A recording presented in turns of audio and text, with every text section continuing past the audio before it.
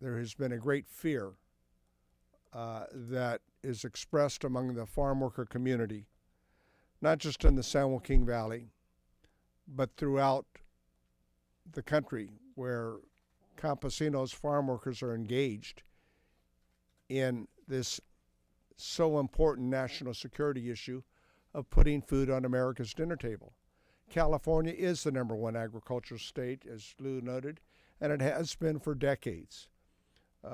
We not only produce food for the entire country, but 44% of our agriculture is exported. 44% of the food in California is exported, over 300 commodities. But it could not happen without farm workers and the partnership with farm workers and the farmers, the rancheros, those dairymen and women. People are afraid to go to work. We have more than anecdotal stories of people not being fearful of being deported. Earlier this week, in 2 school districts that I represent, Fresno Unified, the 3rd largest school district in California with 68,000 students, and Madera with some 18,000 students, 30% of the students did not go to school for fear. The immigrant families are reflective of what we call mixed households. Some of the family members are documented, some of the family members are not. And this notion that you would separate families is not the American way. It's wrong. 75% of the workers, when these raids have begun, have expressed fear, have called our office, other offices, asking what to do. They want to work. Some of the most productive workers you've ever met, doing some of the most challenging jobs. I know because I've done that work from the time I was 10 on my family's farm to my early 20s. It is an important skill set. The dairies in California, we produce 20% of all the milk products in the country. That's 24/7. Those cows have to be milked 365 days a year. This is not seasonal.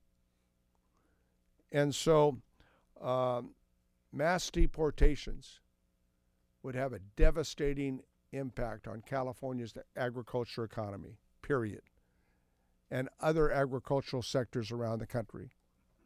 A reliable workforce is critical, and that's why I've been a principal co-sponsor of the Farm Worker Modernization Act for the last 3 Congresses, and we've gotten it out of the House on a bipartisan basis to provide legal status for the campesinos who put that food on America's dinner table. If the Republicans are serious about fixing our immigration system, they should join with the Hispanic Caucus to pass real solutions. The Farm Worker Modernization Act is bipartisan, it's common sense, and it would guarantee a stable workforce that protects farm workers and their families and strengthens America's food supply chain.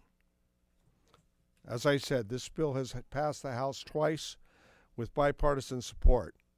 President Trump, if you want to do something about ensuring that we maintain our strong agriculture economy, join with the Hispanic Caucus. Work with us on Dreamers, on DACA, and providing legal status to the farm workers who put that food on America's dinner table.